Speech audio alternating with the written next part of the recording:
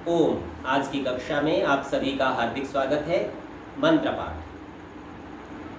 ओम शन्नो मित्रः शं वरुणः शन्नो भवत्वर्यमा शन्न इन्द्रो बृहस्पतिः शन्नो विष्णुरुक्रमः।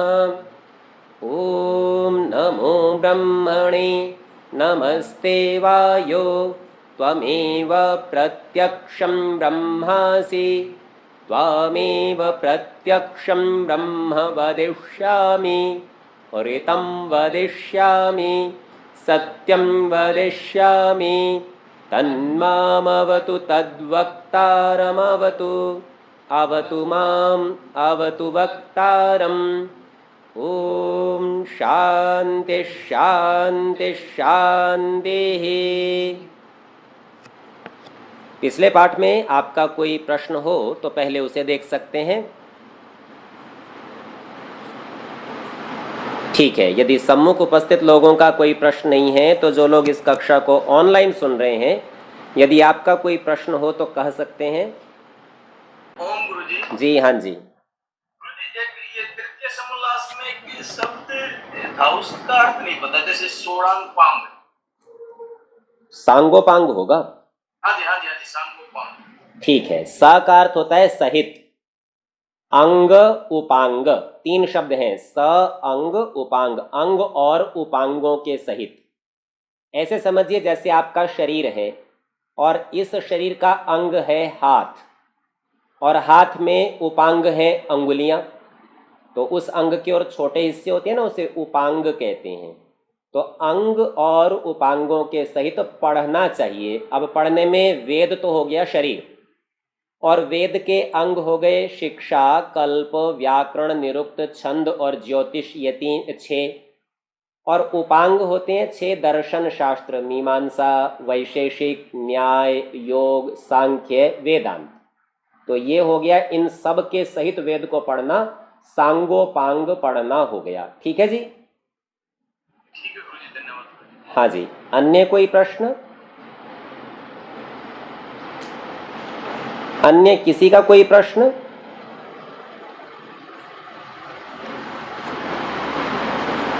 ठीक है, यदि किसी का और प्रश्न नहीं है तो आगे के पाठ का हम विचार कर लेते हैं। पिछली कक्षा में हमने पितृतर्पण विषय को देखा था और उसमें से कुछ पितरों के नाम और उनके अर्थ तो देख लिए थे।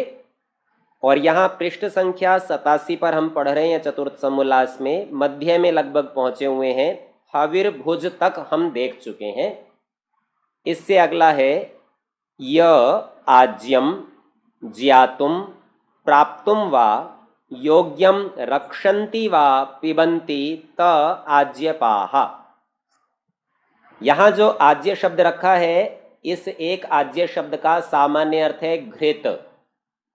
आज्य शब्द का दूसरा अर्थ है किसी भी प्रकार की चिकनाई, स्निग्ध पदार्थ। और आज्य शब्द का यदि हम धातु से अर्थ देखें तो मूल शब्द है अज, और इसके अर्थ हैं गति और क्षेपण। तो जहां पर गति अर्थ होगा, फिर गति के 3 अर्थ आएंगे, ज्ञान, गमन और प्राप्ति, अर्थात आज्य शब्द का अर्थ ज्ञान भी हो जाएगा। तो इसीलिए इन्होंने आज्यम शब्द को सबसे पहले खोला है, ज्ञातुम जानने के लिए। दूसरा है प्राप्तुम प्राप्त करने के लिए, वा माने अथवा। तो जानने के लिए या प्राप्त करने के लिए जो पदार्थ हो उसे आज्य कहते हैं। आगे कहते हैं योग्यम, जो इस योग्य है। रक्षन्ति, इस द्रव्य के द्वारा ये रक्षा करते हैं। वा पिबन्ति, अथवा इसको पी लेते हैं, घी पीते हैं। त आज्यपाः, वे आज्यपा नाम के पितर हैं। आज्य यानी घृत, पा माने पीने वाले अथवा रक्षा करने वाले। आर्य भाषा में इसको समझाते हैं जो जानने के योग्य वस्तु के रक्षक। तो ज्ञातुम जानने के योग्य, तो ज्ञान जो देने वाले हैं और जिस वस्तु का ज्ञान प्राप्त करना चाहिए उसकी जो रक्षा करते हैं। और घृत, दुग्ध आदि खाने और पीने हारे हों वे आज्यपा, वे आज्यपा नाम के पितर कहलाते हैं। उनका तर्पण इनके योग्य पदार्थों से, अर्थात उन्हें घी दीजिए, बढ़िया भोजन दीजिए और प्राप्त करने योग्य पदार्थों को उनको देना, वे आज्यपा नाम वाले पितर हैं। ये पितर इन्हीं वस्तुओं के दान द्वारा अथवा इन वस्तुओं का ज्ञान देकर हमारी रक्षा करते हैं, इसलिए उनकी संज्ञा पितर है। अगला बताते हैं, शोभनः कालो विद्यते येषां ते सुकालिनः। शोभना माने बड़ा अच्छा, सुंदर, जो अच्छा प्रतीत होता है, प्रस्तुत होता है। कालो, काल, काल शब्द का एक अर्थ होता है समय और काल शब्द का दूसरा अर्थ होता है नियम। तो बड़ा अच्छा नियम जिसका है, या समझिए बड़ा अच्छा नियंत्रण जिनका है, तो शोभना कालो विद्यते विद्यमान है, येषां जिनका, ते सुकालिनः वे सुकालीन नाम वाले पितर हैं। आर्य भाषा में बताते हैं जिनका अच्छा धर्म करने का सुख रूप समय हो, अर्थात नियम हो। तो जो नियम पूर्वक अच्छा धर्म करते हो और सुख को उत्पन्न करते हो, उनका नाम सुकालीन, वे इस नाम वाले पितर हैं।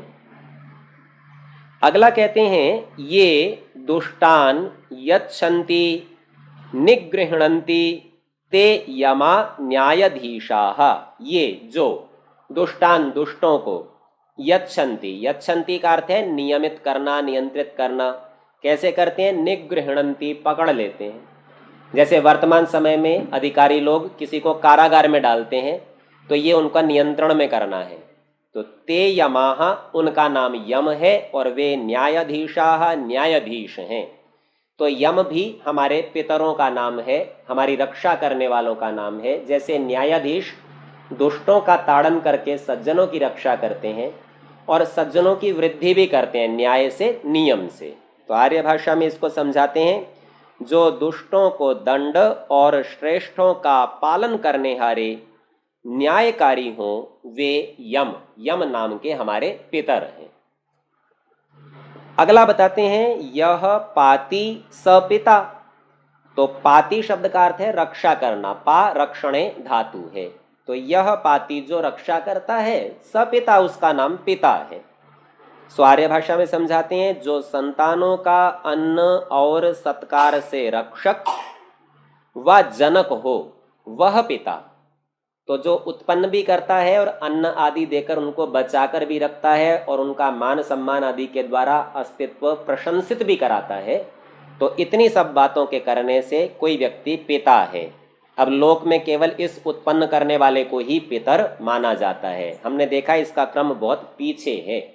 तो महत्व की दृष्टि से यहाँ क्रम चल रहा है। जो प्रथम था वो सबसे अधिक महत्वपूर्ण, फिर उत्तरोत्तर कम कम होते हुए यहाँ तक पहुँचे हैं। पितुः पिता पितामहः। पितुः पिता यानी पिता का पिता, उसका नाम है पितामह, अर्थात दादा, वो भी हमारे पितर हैं। और पितामहस्य पिता प्रपितामह, पितामह का अर्थात दादा का पिता यानी पड़दादा। तो जो पिता का पिता हो वह पितामह, और जो पितामह का पिता हो वह प्रपितामह यानी पड़दादा, ये भी हमारे पितर हैं। पिता तो पितर है ही, दादा भी पितर हैं और पड़दादा भी हमारे पितर हैं। अब इसके बाद बताते हैं, या मानयति सा माता, या जो मानयति, मान करती है, कराती है। मान करना, सम्मान करना, सत्कार करना। सा माता, उसका नाम माता है। नाम से ही पता चल रहा है, माँ का अर्थ है मापतौल, और ता करने के अर्थ में त्रिच प्रत्यांत, माता, जो ऐसा करती है। तो विचार करके देखिए, यदि हमारी संतान कोई अच्छा कार्य करे और हम उसकी प्रशंसा करें, तब तो माता ठीक है, अपने को पता चलता है माता स्नेह करती है, अपनी संतान की प्रशंसा करती है। लेकिन यदि कोई संतान दुष्टता करे तो उसको यथा योग्य ताड़ना भी करे, क्योंकि तभी तो माप तौल ठीक होगा। तो ऐसा करने वाली माता है। जो माताएं ऐसा नहीं करती वे वास्तविक माता हैं ही नहीं। माता होने के लिए यथा योग्य व्यवहार होना अनिवार्य है, उसी से उनकी संज्ञा माता होगी। आर्य भाषा में इसको समझाते हैं, जो अन्न और सत्कारों से संतानों का मान्य करे, तो भोजन आदि देना है और सत्कार, उनकी पूजा, सम्मान कराना है। और यहाँ ये ध्यान रखना चाहिए, जो हमने थोड़ा पीछे देखा था, गुणेषु गुणारोपणम, दोषेषु दोषारोपणम स्तुति। गुण है तो गुण का कथन किया और दोष है तो दोष का कथन किया, इसे स्तुति प्रशंसा कहते हैं। लेकिन यदि कोई गुणों में दोष लगा दे तो वह निंदा है, और दोषों में गुण लगा दे तो भी निंदा है। तो इस हेतु से ये जो ठीक ठीक माप तौल करने वाली है, प्रशंसनीय बात के लिए प्रशंसा और दंडनीय बात के लिए दंड देने वाली है, वह ही माता होती है। पुनः कहते हैं या पितुर्माता सा पितामही, या जो पितुर्माता पिता की माता है, सा पितामही उसका नाम पितामही अर्थात दादी है। और पितामहस्य माता जो हमारे दादा की माता है वो प्रपितामही पड़दादी है। तो कह रहे हैं जो पिता की माता हो वह पितामही और जो पितामह अर्थात दादा की माता हो वह प्रपितामही। यहाँ तक हमारे सारे पितरों की चर्चा की। ये सब नाम ऊपर संस्कृत में भी ऐसे कैसे आए थे। यहाँ तक के पितरों में तो हमें कुछ विशेष समस्या नहीं लगती, लेकिन उसके अतिरिक्त जो पितरों के नाम ऊपर संस्कृत में गिनाए हैं वहाँ स्वपत्नी, संबंधी और अपने सगोत्र, इन तीनों को भी पितर में गिना है। सो इन तीनों को एक साथ यहाँ आर्य भाषा में समझाते हैं। अपनी स्त्री तथा भगिनी, भगिनी अर्थात बहन, संबंधी जो हमारे संबंध रखने वाले लोग हैं, और एक गोत्र के तथा अन्य कोई अर्थात गोत्र से बाहर भी कोई निकल जाए, जो भद्र पुरुष व वृद्ध हो, उन सबको अत्यंत श्रद्धा से उत्तम अन्न, वस्त्र, सुंदर यान आदि देकर अच्छे प्रकार जो तृप्त करना, अर्थात जिस जिस कर्म से उनका आत्मा तृप्त और शरीर स्वस्थ रहे, उस कर्म से प्रीति पूर्वक उनकी सेवा करनी, वह श्राद्ध और तर्पण कहलाता है।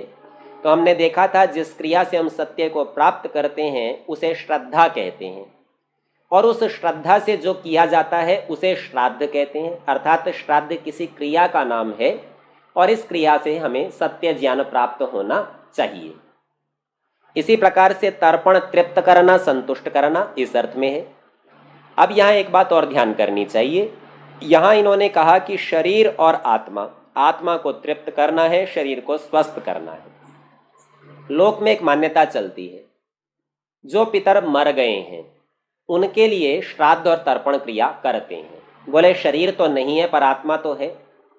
तो विचार ये करना चाहिए कि इस प्रकार की जो तृप्ति है वह स्वधा कहलाती है। अब शब्द का यदि आप विचार करके देखें तो याज्ञिक प्रक्रिया में ये दो शब्द प्रयोग करते हैं ना, स्वाहा और स्वधा। पौराणिक लोग इसका मंतव्य प्रस्तुत करते हैं, बोले ये दोनों अग्नि की पत्नियां हैं। आप स्वाहा और स्वधा बोल के अग्नि में द्रव्य छोड़ते जाते हैं। वास्तव में स्वाहा शब्द का अर्थ तो हम अनेक बार देख चुके हैं। यहाँ स्वधा शब्द का तात्पर्य समझिए। स्व का अर्थ है स्वयं और धा का अर्थ है धारण करना। तो जो आपने स्वयं धारण किया हो मात्र उसी का नाम स्वधा है।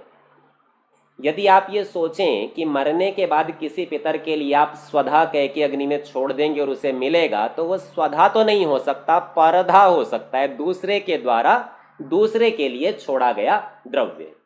तो यदि शास्त्रीय दृष्टि से थोड़ा व्याकरण से विचार करें तो पता चलेगा स्वधा वह है जो आपने स्वयं के लिए जोड़ा है। और मरने के बाद आपकी आत्मा के साथ एक ही चीज है जो जाती है सच्चे मित्र की भांति, वह है धर्म। और शत्रु की भांति जो साथ जाता है वो है अधर्म। तो ये दो ही पदार्थ आपके साथ जाते हैं, आप इन दो को ही जोड़ सकते हैं। तो स्वधा किसी दूसरे के द्वारा दिया गया द्रव्य नहीं है, स्वयं के द्वारा धारण किया गया द्रव्य है। तो इससे समझना चाहिए कि जो आत्मा की तृप्ति करनी है और शरीर की करनी है, यह जीवित के संबंध में ही संभव है, क्योंकि मृतक के संबंध में फिर शास्त्र से उसका विरोध हो जाएगा। अब चौथा, 3 महायज्ञों की चर्चा कर चुके हैं, ब्रह्म यज्ञ, देव यज्ञ की और यहाँ पर पितृयज्ञ की। अब चौथा कहते हैं, चौथा वैश्वदेव, पूरा नाम बलि वैश्वदेव यज्ञ।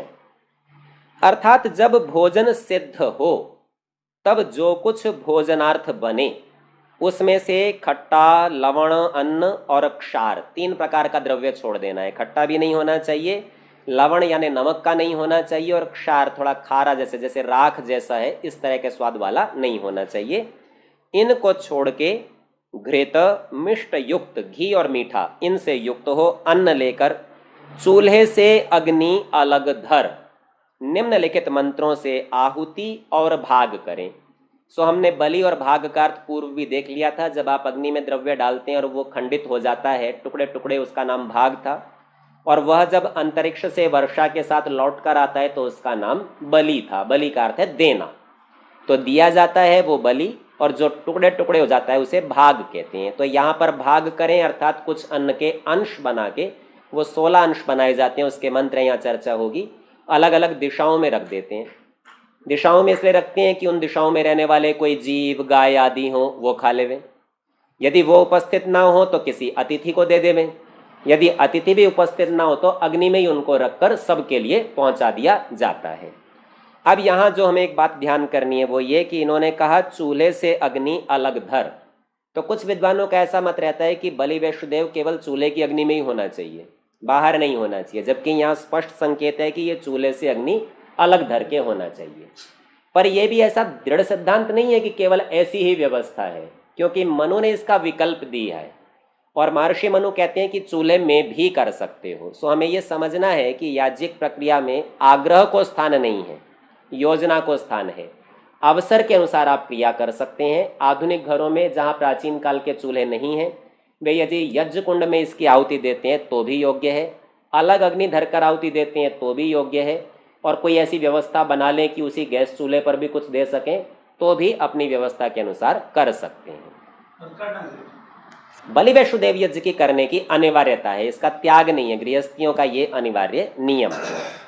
इस संबंध में मनु का श्लोक उपस्थित करते हैं। वैश्वदेवस्य सिद्धस्य गृह्ये अग्नौ विधिपूर्वकम आभ्यः कुर्यात देवताभ्यो ब्राह्मणो होमम अन्वहम। तो वैश्वदेवस्य सिद्धस्य, वैश्वदेव के लिए जो आपने अन्न सिद्ध किया घी और मीठे से मिला के, सिद्धस्य सिद्ध किए हुए का, गृह्ये अग्नौ घर की अग्नि में।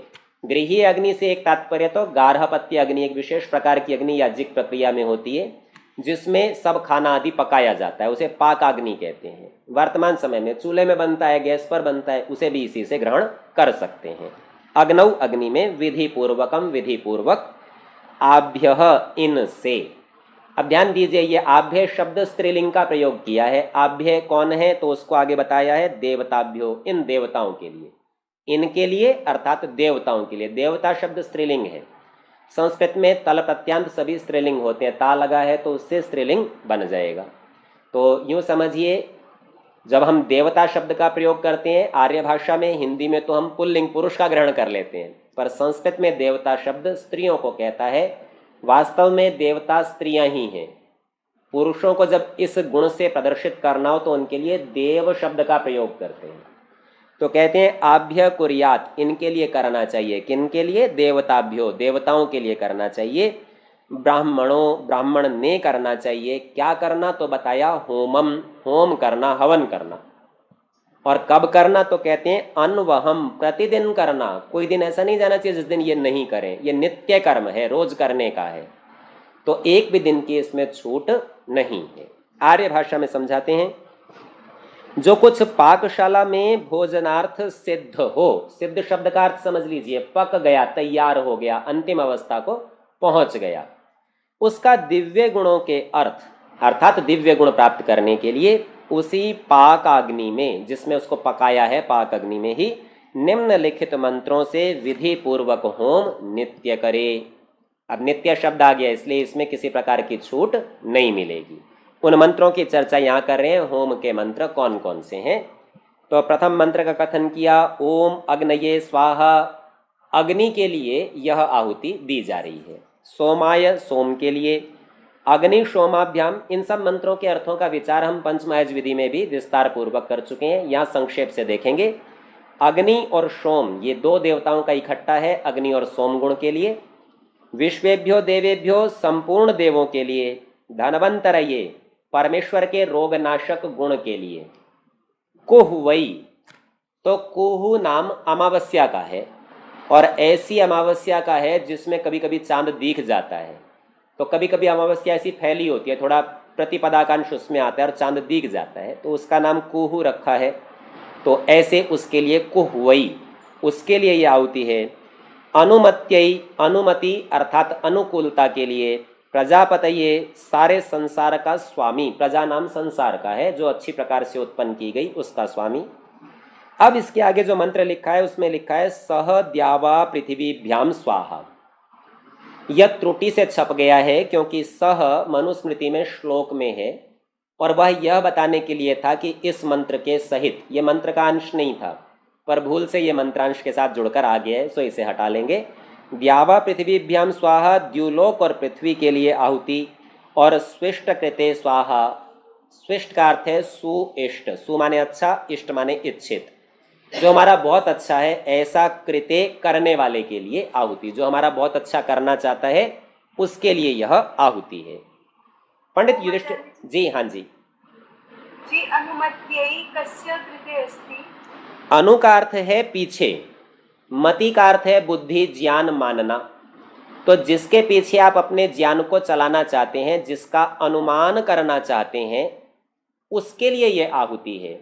अब अनुमान का अर्थ प्रमाण समझिए, जानना समझिए। तो हम जानना चाहते हैं परमेश्वर को, तो ये परमेश्वर का एक गुण है। यहाँ एक बात आपको ध्यान देनी चाहिए, जब हम कहते हैं अग्नये स्वाहा, तो ये स्थूल अग्नि के लिए आहुति नहीं है, अपितु अग्नि में उपस्थित परमेश्वर गुण को हम जानना चाहते हैं, उसके लिए ये आहुति है। आहुति देने का प्रयोजन भी ज्ञान है। हाँ, अग्नि में डालने से ये सब जगह पहुँचेगी। वास्तव में अग्नि का लाभ अग्नि को खिलाने से नहीं होता, अग्नि का लाभ संसार के उपयोग से होता है। तो यहाँ जितने भी नाम आए हैं, ये कोई व्यक्ति विशेष देवता नहीं है, कोई शरीरधारी देवता नहीं है, अपितु परमेश्वर के कोई ना कोई गुण हैं। जैसे अग्नि में तेज गुण समझिए, सोम में शीतलता गुण समझिए। अग्नि और सोम जहाँ दोनों को उपस्थित किया तो संतुलन गुण समझिए कि दोनों के संतुलन से आप कैसे संसार का कार्य करेंगे। विश्वेभ्यो देवेभ्यो, संपूर्ण विद्वानों के लिए, देवों के लिए, अर्थात जो हमें कुछ न कुछ देते हैं दिव्य गुणों के लिए, उनके ज्ञान के लिए। ठीक इसी प्रकार से अनुमत्यै, अनुमति के लिए, जिसका हम ज्ञान प्राप्त करना चाहते हैं, अनुकरण करना चाहते हैं, तो वह परमेश्वर है। पर जी हाँ जी, तो ठीक है। इसी प्रकार जो यहाँ स्विष्ट कृते है, इसके संबंध में पंडित युधिष्ठिर मीमांसक जी ने एक संशोधन सुझाया है। वो कहते हैं, जी हाँ जी, जी अग्नेः लाभः यदा वयं सामग्रीं पातयामः तदा न भवति। यदि हम सामग्री को आहुति के रूप में देते हैं तब भी हमें स्थूल अग्नि का लाभ तो प्राप्त होता है। ऐसी आहुति हम देते हैं, हम कैसे कहते हैं, अग्निर ज्योतिर अग्नि स्वाहा, वहाँ हम सामग्री का भी प्रयोग करते हैं। तो आपका ये प्रश्न यादिकरण सिद्धांत बन रहा है कि यहाँ हम घी से आहुति क्यों दें, अथवा हम अग्नि का ज्ञान प्राप्त कर रहे हैं तो इन द्रव्यों से क्यों दें जिसमें हम बलि वैष्णुदेव करना चाहते हैं। आप जिस भी द्रव्य से आहुति दें, जब भी आप होम करते हैं तो होम करने के दो ही प्रयोजन हैं। सर्वप्रथम आप ये कहते हैं कि यह सारा संसार परमेश्वर के जनाने के लिए है, और दूसरी बात, यह जो आहुति देते हैं इस पर से स्वत्व का त्याग करते हैं, ये मेरा नहीं है, सारा संसार आपके सामने है, जानना आपको है। एक छोटे से मंत्र के दृष्टांत से आपको बताता हूँ। आप मंत्र बोलते हैं, ओम अग्नये स्वाहा इदम अग्नये इदन्न मम। यहाँ पर इदम शब्द के साथ प्रथम जब कहा ना इदम अग्नये, तो यहाँ पर कर लीजिए यह संसार अग्नि के जनाने के लिए है, और इदम न मम, यह द्रव्य मेरा नहीं है। और प्रथम कहा था अग्नये स्वाहा, तो परमेश्वर के अग्नि गुण को जानने के लिए आहुति दे रहे हैं, हमारा ज्ञान बढ़े। विचार इस प्रकार से करना चाहिए कि जो हमने ऊपर अभी देखा था और थोड़ा आगे के पाठ में भी हम देखेंगे, देव यज्ञ जलवायु शुद्धि के लिए तो है, इसमें तो कोई संशय नहीं, ये उसका स्थूल प्रभाव है, लेकिन इसके साथ साथ ये बुद्धि वृद्धि के लिए भी है। उपदेश मंजरी में स्वामी जी महाराज इसके लिए एक वाक्य कहते हैं, कर्मकांड के करने से विचार शक्ति थोड़ी थोड़ी जागृत होती है। तो इधर तो आपने आहुति दी, वायुमंडल की शुद्धि हुई, अग्नि बलिष्ठ हुई, बलिष्ठ होने से उसमें और भी द्रव्य की आहुति दे सकेंगे, पर इन सब से क्या हुआ, तो बोले दिमाग खोला, सीखने की, समझने की और स्मरण रखने की शक्ति बढ़ी। तो यूँ समझिए ये द्रव्य का मूल लक्ष्य वही है, ज्ञान का बढ़ाना, ज्ञान का प्राप्त करना। और वह किसके ज्ञान का प्राप्त करना, तो जानने योग्य एक ही है, संसार उसके जानने का साधन है, उसके माध्यम से हम जानते हैं। ठीक है जी, जी। तो यहाँ ये 10 आहुतियों के नाम लिखे और पंडित जी का संशोधन भी हमने विचार कर लिया। वो ये कहती हैं कि अच्छा करने वाला वो अग्नि ही है, इसलिए यहाँ अग्नये स्विष्ट कृते होना चाहिए। मनुस्मृति के जो विभिन्न टीकाकार हैं उन लोगों ने भी किसी किसी ने अग्नये स्विष्ट प्रत्यय पाठ को स्वीकार किया है। हमारे सामने जो पाठ उपस्थित है हम उसी का ग्रहण करके यहाँ पर अभी चलेंगे। आर्य भाषा में इसका भाव समझाते हैं। इन प्रत्येक मंत्रों से एक एक बार आहुति प्रज्वलित अग्नि में छोड़े, पश्चात थाली अथवा भूमि में पत्ता रख के पूर्व दिशा आदि क्रमानुसार यथाक्रम इन मंत्रों से भाग रखे। ये 16 मंत्र हैं और 16 ही स्थान इनके बनाए गए हैं जहाँ पर भोजन के भाग रखे जाते हैं। तो पिछले जो हम होम के मंत्रों में देख रहे थे वहाँ आप सामग्री की आहुति दें, घृत की दें, द्रव्य की दें जो आपने बनाया है। उन सब आहुतियों का प्रयोजन केवल जलवायु शुद्धि नहीं है, उससे आगे बढ़कर ज्ञान प्राप्ति है। बलि वैश्वदेव में क्योंकि आप अन्न का विखंडन करा के सबके लिए अन्न उपस्थित करना चाहते हैं, इसीलिए बलि वैश्वदेव यज्ञ अन्न से, उसमें भी सावधानी बताई थी, क्षार नहीं मिलाना, लवण नहीं मिलाना, खट्टा नहीं मिलाना। ऐसे अन्न से घी और मीठा युक्त होना चाहिए, ऐसे अन्न से आप आहुति देते हैं। और अन्य प्रक्रियाओं में सामान्य सामग्री से घृत से आहुतियाँ देते हैं। अब यहाँ पर ये अग्नि से बाहर का कार्य है जो भाग रखे, इससे इतर रखने हैं। तो कहते हैं थाली अथवा भूमि में पत्ता रख के पूर्व दिशा आदि क्रमानुसार। ये सब जहाँ नित्य कर्म विधि या पंचमहज विधि देखेंगे वहाँ इसकी चर्चा हो चुकी, किस मंत्र से किस दिशा में कहाँ कहाँ भाग रखते हैं। यथाक्रम इन मंत्रों से भाग रखे। अब प्रथम है ओम सानुगायेन्द्राय नमः। इन 16 मंत्रों का भी विशेष विचार हम पंचमहज विधि में कर चुके हैं। स्थूल दृष्टि से संक्षेप से देख लीजिए। यहाँ सानुग ये नाम लेके 4 मंत्र हैं। अब सानुग नाम का तात्पर्य है परमेश्वर के सहचारी गुण। स अनु ग, सा माने सहित, अनु माने पीछे पीछे, ग माने जाने वाले, गमन करने वाले। तो परमेश्वर के सहचारी 4 गुण हैं। उसमें से एक का नाम इंद्र ऐश्वर्यवान, दूसरे का नाम यम, यम हमने भी पीछे देखा था, न्यायाधीश को यम कहते हैं। तीसरा वरुण जिसका हम सब वर्ण करना चाहते हैं, और चौथा सोम शांति आदि गुण। तो परमेश्वर के ये सहचारी 4 गुण हैं। प्रथम 4 मंत्रों से इनके लिए भाग निकालते हैं, अर्थात इन गुणों को प्राप्त करना चाहते हैं। ये तो मंत्र पढ़ते हुए विचार करते हैं और जो द्रव्य निकालते हैं वो पशुओं के काम आ जाता है। तो स्थूल लाभ पशुओं को और सूक्ष्म लाभ अथवा कहना चाहिए मुख्य लाभ मनुष्यों को हुआ करता है। पश्चात मरुद्भ्यो नमः। मरुत नाम वायु का भी है, मरुत नाम वैद्य का भी है, और मरुत नाम परमेश्वर के उस गुण का भी है जिसका अर्थ करते हैं माँ रुद मत रो।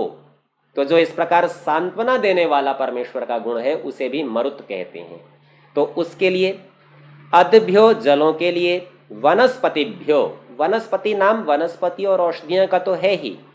वेद में वनस्पति शब्द से ऊखल और मूसली का ग्रहण भी किया जाता है, क्योंकि उनके द्वारा भी वनस्पतियों को कूटकर उनका रस निकालना, सार निकालना ये कार्य किए जाते हैं। तो ये समझिए ये आहुति जो वनस्पतिभ्यो नमः की है ये ऊखली और मूसली के पास रखी जाती है, वहां ये भाग दिया जाता है। श्रीयई, श्री अर्थात शोभा के लिए, भद्रकाल्यई भद्र कल्याण, और काली नाम परमेश्वर का है। काल या कलयति जो सबकी गणना कर लेता है, गिन लेता है, तो जो कल्याण भी करता है, ऐसे परमेश्वर के गुण के लिए। ब्रह्म पतये, ब्रह्म नाम विस्तृत और परमेश्वर का, और पति नाम स्वामी का, तो जो सबसे बड़े का स्वामी है अर्थात बड़े बड़ों का स्वामी है। तो बड़ा बड़ा ये ब्रह्मांड और बड़ा बड़ा ज्ञान यानी वेद, वो दोनों का स्वामी होने से ब्रह्मपति के लिए, परमेश्वर के लिए।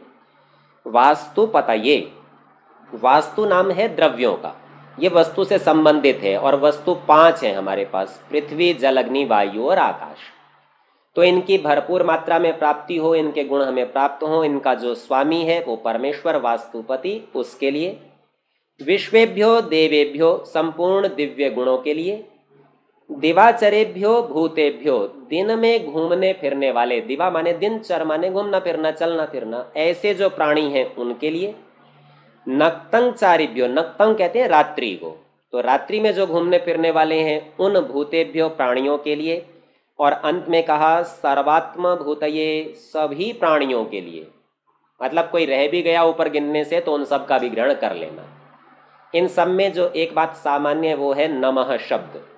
तो नमः शब्द का सामान्य अर्थ होता है नमस्कार करना, नमस्ते करना, मान्य करना।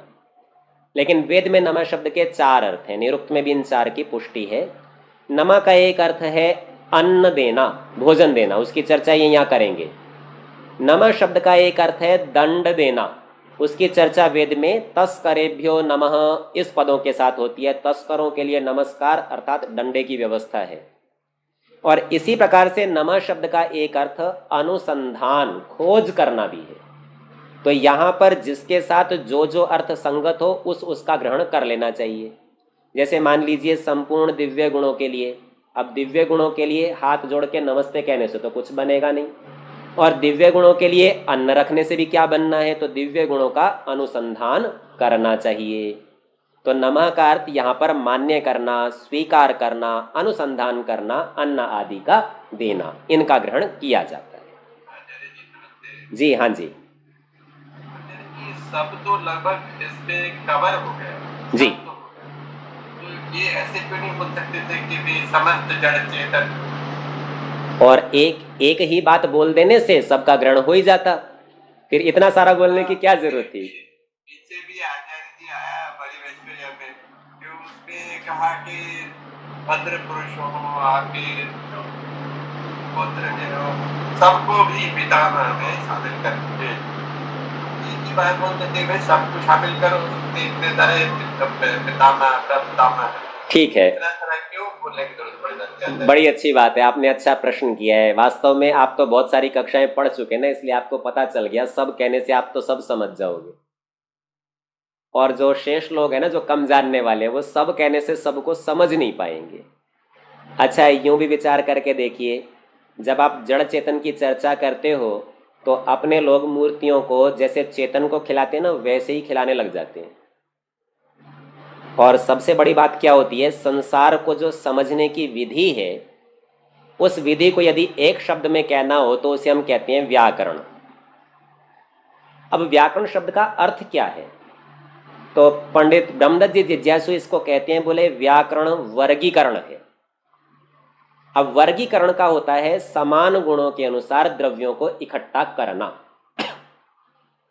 अब विचार करके देखिए, यदि हम केवल सब कह दें और सभी के लिए सब कह दें, अब आप वर्गीकरण कर सकेंगे क्या? सब आ गए, आप वर्गीकरण कहाँ से सीखेंगे? वेद को वो भी तो सिखाना है, ऋषियों को वो भी बताना है। इसीलिए जब जब ये व्याख्यान करेंगे तो कुछ वर्गीकरण करके दिखा देंगे। इसको ऐसे समझिए, निरुक्त में एक चर्चा चलती है, वो पूछते हैं आचार्य कस्मात्, किसी व्यक्ति को आचार्य आप किस हेतु से कहते हो? 3 हेतु दिए। पहला कहता है आचारम ग्राह्यति, आचरण को ग्रहण कराता है, शिक्षा दे देता है कि भाई ऐसे रहना है, इसको गाय समझना है, इसको यज्वेदी समझना है, ब्रह्म यज्ञ ऐसे करना है, सेवा ऐसे करनी है, पढ़ना ऐसे है, आचरण की शिक्षा दे दी। बोले फिर दूसरा कहते हैं आचिनोति अर्थान, अर्थ यानी पदार्थ, वस्तुओं को एक एक करके परिचय कराता है, जमा कराता है उसके पास कि देख इसे वृक्ष कहेंगे, इसे पुस्तक कहेंगे, इसे आचार्य कहेंगे, इसे भवन कहेंगे, आदि आदि। लेकिन आचार्य स्वयं कहता है कोई भी एक व्यक्ति दूसरे को सारे पदार्थ कभी भी नहीं दिखा सकता संसार के। दूसरे को तो दिखाना क्या, स्वयं ही नहीं देख सकता, संसार में इतने पदार्थ हैं। अब बोले तू मेरे पास से थोड़े दिनों में पढ़ के चला जाएगा और बाहर तेरे को नया पदार्थ देखने में मिलेगा, फिर क्या करेगा? फिर तो कहेगा मेरे आचार्य ने ये सिखाया नहीं, उसको आता ही नहीं होगा। ऐसी एक बड़ी रोचक घटना उपनिषद में भी है। विद्यार्थी पढ़ के घर आया तो पिता ने पूछा क्या तूने वो जान लिया जो जानने योग्य है? तो वो सोचता है, बोला ऐसा तो कोई मेरे आचार्य ने कहा नहीं था, और उत्तर देता है अगर मेरे आचार्य को आता तो बता ही देते, छिपाते क्यों? तो ध्यान रखिए, इसीलिए निरुक्तकार ने आचार्य की तीसरी भी एक निरुक्ति की, निर्वचन किया। वो कहता है आचिनोति बुद्धिम, बुद्धि दे देता है। बुद्धि अर्थात तू समझेगा कैसे, जो पदार्थ मैंने नहीं भी दिखाया उसको समझने की एक शैली होगी, वो शैली तेरे को सिखा देता हूं। उस शैली का नाम है वर्गीकरण। व्याकरण शास्त्र में कैसे करते हैं, बोले एक शब्द सीख लो देवः, अब इसमें अंत में अ आया अकार, और कहा देव जैसे जितने भी अंत में आकार आएंगे ना, सारे शब्द एक जैसे हैं, रामः, कृष्णः, अध्यापकः, बालकः, जो भी नाम लेंगे, जो भी अ वाले अंत में, बोले सारे एक जैसे, एक सिखा दिया, सारे आ गए। तो प्रारंभ में थोड़ा थोड़ा वर्गीकरण करके दिखा देते हैं और उससे एक शैली आ जाती है और हम सीख जाते हैं कि ठीक है अब इसके अनुसार हम अन्यों को भी समझ लेंगे। और इसके बाद चूंकि सबका नाम ले ही नहीं सकते, शब्द रचना इतनी है, शब्द संसार इतना बड़ा है, तो वो महाभाष्य में बड़ी सुंदर पंक्ति में कहते हैं, वो सप्त द्वीपा वसुमती, 7 द्वीप वाली तो ये पृथ्वी है, फिर 4 वेद हैं और उनकी शाखाएं हैं 1127, और फिर पुराण है और इतिहास है और ना जाने क्या क्या है। बोले इन सबको कौन आर पार देख सकता है? तो बोले फिर क्या करें? बोले एक काम करो, शैली सीख लो, व्याकरण सीख लो, फिर जो भी शब्द आएगा व्याकरण लगा देना। तो यूं समझिए, थोड़ा सा वर्गीकरण करके दिखाया जाता है और फिर कह देते हैं सबको लेना, छूटना कोई नहीं चाहिए। तो इस हेतु से अलग अलग बता के और फिर सबका समस्त रूप में कथन किया जाता है। ठीक है जी, बहुत बहुत धन्यवाद, बहुत धन्यवाद। चलिए तो आगे यहाँ जब ये 16 भाग लिखे, इनके मंत्र लिखे, इसके पश्चात आर्य भाषा में समझाते हैं, इन भागों को जो कोई अतिथि हो तो उसको जिमा देवे, और अतिथि नहीं हो तो अथवा अग्नि में छोड़ देवे। कोई है ही नहीं, अतिथि रोज रोज नहीं मिलता, तो फिर अग्नि में दे देवे, सबको ही मिल जाएगा। इनके अनंतर अर्थात इसके बाद ये काम तो कर लिया, अब लवण, अन्न अर्थात दाल, भात, शाक, रोटी आदि लेकर 6 भाग भूमि में धरे। इसमें प्रमाण, अब वो 6 भाग रखने का प्रमाण बता रहे हैं कि ये 6 भाग भूमि में, और भी ये 16 भी रखे थे, थाली में रखे थे या पत्तल पे रखे थे, अर्थात इन्हें तो मनुष्य खा सकेंगे। अब ये बिल्कुल ही भूमि में रखेंगे, जो भूमि में रहने वाले प्राणियों के लिए है। अब यहाँ ध्यान दीजिए, इसमें एक शब्द आया था दाल भात शाक। कुछ लोग शाक से साग समझते हैं। स्वामी जी महाराज शाक शब्द का प्रयोग सब्जी के लिए करते हैं, तो हम जिसे आम भाषा में सब्जी कहते हैं उसको स्वामी जी शाक कहते हैं। और दाल के लिए वो संस्कृत में यूष या तो यूप इसका प्रयोग करते हैं। तो यहाँ पर एक और प्रमाण, ये मनुस्मृति का एक श्लोक रखा, इसमें कहते हैं शुनाम च पतितानाम च श्वपचाम पाप रोगिणाम वायसानाम कृमीणाम च शनकैर निर्वपेद भुवि। शुनाम, शुना नाम कुत्ते का है, च और पतिता नाम जो पतित लोग हैं उनका, च और श्वपचाम जो श्वपाकी हैं। अब ये श्वपाकी चांडाल समझ लीजिए। पाप रोगिणाम जो पाप रोग से ग्रस्त हैं। वायसा नाम, वायस नाम कौवे का है, लेकिन इससे अन्य पक्षियों का भी ग्रहण कर लेना चाहिए। और कृमीणाम, कृमि कहते हैं छोटे कीड़ों को, चींटी आदि को। च इनके लिए शनकई। अब ये शनकई का अर्थ है शनई ही, धीरे से। ये व्याकरण की एक प्रक्रिया है, अकच प्रत्यय होकर शनकई बन गया है। तो शनई का अर्थ वैसे तो धीरे से है, इसका ये तात्पर्य कोई ना ले कि स्लो मोशन में धीरे से रखना है, ऐसे नहीं। शनई का मतलब है सहजता से, सावधानी से। जब आप सावधान होते हैं तो आपकी गति हड़बड़ाहट वाली नहीं होती। तो सावधानी से निर्वपेत, निर्वाप कर दे, रख देवे। कहाँ रख देवे? भूवि, भूमि में। अब इसी को आगे समझाते हैं इस प्रकार। अब जैसे ये बताया ना, ये तो मनुस्मृति का प्रमाण था। पीछे भी जो मंत्र ये बनाए गए हैं ये मनुस्मृति के हैं। वहाँ पर नमः नमः ऐसा शब्द नहीं रखा हुआ श्लोक में। तो मनुस्मृति में तो केवल इंद्राय, यमाय, वरुणाय, और ये चौथा सोमाय, और ये कह के कह दिया इनको सानुग नाम के साथ भाग रखे।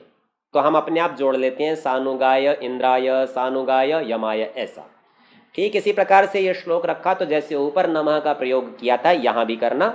और कहते हैं इस प्रकार श्वभ्यो नमः ये बोले, जैसे ऊपर सानुगाय और इंद्राय नमः बोला था, और ये बोल के कुत्तों के लिए भाग रख दिया। पतितेभ्यो पतितों के लिए रख दिया। श्वपगभ्यो श्वपाकियों के लिए, चांडालों के लिए रख दिया। पाप रोगीभ्यो पाप रोगियों के लिए रख दिया। वायसेभ्यो नमः कौवे आदि के लिए रख दिया। और कृमिभ्यो नमः चींटियों के लिए रख दिया या कीड़ों के लिए रख दिया। तो कहते हैं धर कर, ये बोलकर इस प्रकार भाग धर कर पश्चात किसी दुखी बुभुक्षित, बुभुक्षित अर्थात भूखा प्राणी अथवा कुत्ते कौवे आदि को दे देवे। अर्थात अपनी ओर से पहले त्याग कर दिया, भूमि में रखना हमारी ओर से छूट गया, ये हमारा नहीं रहा। अब इसके बाद में जैसा भी प्राणी उपस्थित हो उसके लिए इसको दे देवे। यहाँ नमः शब्द का अर्थ अन्न, जो हमने बताया था ना 4 अर्थ है नमः के, उसमें से अन्न का अर्थ यहाँ पर ग्रहण किया। अर्थात कुत्ते, पापी, चांडाल, पाप रोगी, कौवे और कृमि अर्थात चींटी आदि को अन्न देना यह मनुस्मृति आदि की विधि है। तो बलि वैश्वदेव यज्ञ के दो भाग हैं, एक जो हम अग्नि में होम कर देते हैं, एक जो हम भाग निकाल देते हैं, स्वयं ही अलग अलग करके रख देते हैं। इन दोनों का करना भी नित्य करना अनिवार्य है। अब हवन करने का प्रयोजन यह है कि हवन का प्रयोजन बता रहे हैं। अभी तक जितनी बातें थीं जिसमें से देवयज्ञ और बलि वैश्वदेव यज्ञ ये दोनों अग्नि में थे, हवन हो रहे थे। पितृयज्ञ में तो हवन की आवश्यकता है नहीं, वहां तो सीधा सीधा श्राद्ध और तर्पण है। और ब्रह्म यज्ञ आप आंख बंद करके करते हैं, सो अग्नि के साथ आंख बंद करके कभी भी नहीं बैठा जाता। ओम गुरुजी। जी हाँ जी जी आप एक बार नम के चारों अर्थों का नाम दोबारा बोल दीजिए। नमः के चार अर्थ हैं दंड, अनुसंधान, अजय, अन्न और नमस्कार अर्थात मान्य सत्कार करना। जी आचार्य जी। ठीक है, अब इसके आगे ये हवन करने का प्रयोजन कहेंगे, परंतु आज के पाठ का समय पूरा हो गया है, सो शेष चर्चाएं अगली कक्षाओं में करेंगे। ओ